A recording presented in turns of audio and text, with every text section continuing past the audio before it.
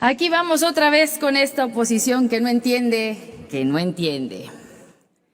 Y bueno, de los pocos negocios que deja el 100% de ganancias al primer mes, pues creo que únicamente el lavado de dinero, ¿no? Por eso entiendo muy bien que aquí tengan claridad y se quejen. Llevan 4 años diciendo que las y los senadores de Morena somos serviles y que obedecemos al autoritarismo. Es esa misma oposición que cree que por decirnos serviles vamos a darle la espalda al pueblo de México. Eso no va a pasar. Como dije en tribuna hace unos meses, México está destinado a recuperar su grandeza y a ser una nación con una de las mejores y más fuertes economías del planeta. Por ejemplo, el franco suizo y el peso mexicano son las dos únicas monedas que han ganado terreno frente al dólar, con 1.10% en 2022 con respecto al 2018. Por el contrario, están las monedas como la libra esterlina, que perdió 14.20%, o el euro, que perdió 15.50%. En el caso de la gasolina, la oposición pregunta a gritos: ¿y por qué no ha bajado aún más la gasolina? Imagínense, en los sexenios de Calderón y de Peña, la inflación fue del 6.5% en promedio. Y el diésel, que es el combustible más utilizado para la transportación de todo tipo de productos, desde alimentos hasta materiales de construcción, es decir, que si sube el costo del diésel, sube el costo del producto que transportan. Este aumentó un 90% su precio, pasando de 11.2 pesos a 24.1 pesos. Y con el presidente López Obrador, con la inflación actual, que es de 8.7%, saliendo de la peor pandemia de nuestros tiempos, con una guerra entre Rusia y Ucrania, el diésel disminuyó un 7%, teniendo un costo promedio de 23.6 pesos el litro. En el caso de la energía, la oposición se queja y pregunta: ¿por qué no ha bajado el costo de la energía? ¿Será porque hace apenas 2 meses le dieron palo a la acción de inconstitucionalidad presentada para combatir la reforma que aprobamos en 2021? En esa histórica sesión de la Suprema Corte de Justicia de la Nación, en la que se comprobó que hubo un fraude a la ley, además de los contratos leoninos con Odebrecht e Iberdrola.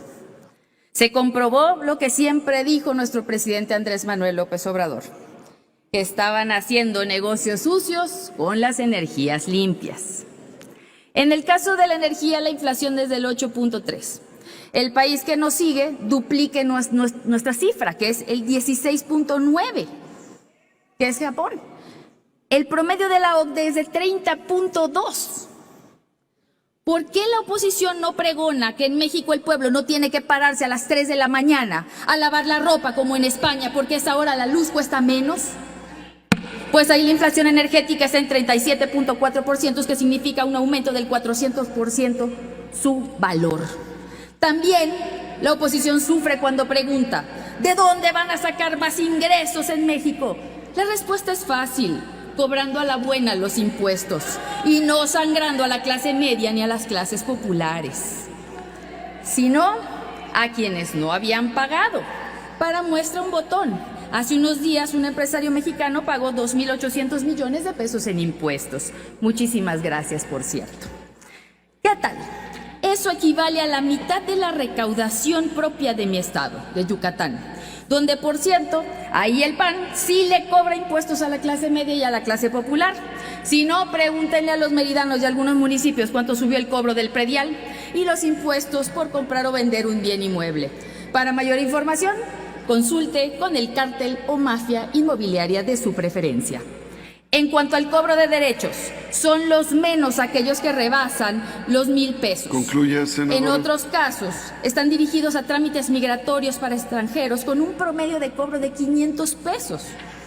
Uno de los derechos que rebasa los 1,000 pesos es muy importante: es el pago que se hará a la Conagua por los servicios de aprobación de organismos de certificación y laboratorios de prueba y unidades de verificación para evaluar que se cumplan con las normas oficiales mexicanas y también evaluar estándares en materia de descargas de aguas residuales, de tal forma que se garantice la validez y el cumplimiento de quienes certificarán la calidad del agua. En el caso de la Ley de Ingresos de la Federación, en el 19º transitorio, se abre la posibilidad a los estados de utilizar el Fondo de Aportaciones de Seguridad Pública para la compra de patrullas, armamentos y uniformes, cuando que antes solo podía usarse para infraestructura. Por otra parte, los estados tendrán nuevamente la oportunidad de firmar, o no, un convenio de coordinación con el organismo público descentralizado Servicios de Salud del Instituto Mexicano del Seguro Social para el Bienestar, que tiene a su cargo la implementación del modelo federalizado de salud, que ya se aplica con éxito en el estado de Nayarit, que fue el primero en firmar dicho convenio. Ojalá los estados faltantes, entre ellos Yucatán, que no destinó un peso de recurso propio a los servicios de coordinación, a los servicios coordinados de salud estatal, tenga la voluntad de firmarlo, pues no es digno ni justo que en una clínica perteneciente a los servicios de salud del estado y ubicada en un municipio con alto grado de marginación cobren por un parto 17,000 pesos. Eso es indigno, es injusto y es violatorio de sus derechos. Por último, y si hablamos de deudas, para deudas el FOBAPROA, hoy IPAP, que por cierto, ¿cuánto es? 108,000 pesos por cada mexicano y cada mexicana, en donde únicamente se rescataron bancos ya corruptos. Concluya, y senadora. se dieron en garantías terrenos que valían 6 millones de pesos. ¿Por cuánto, querida doña Olga?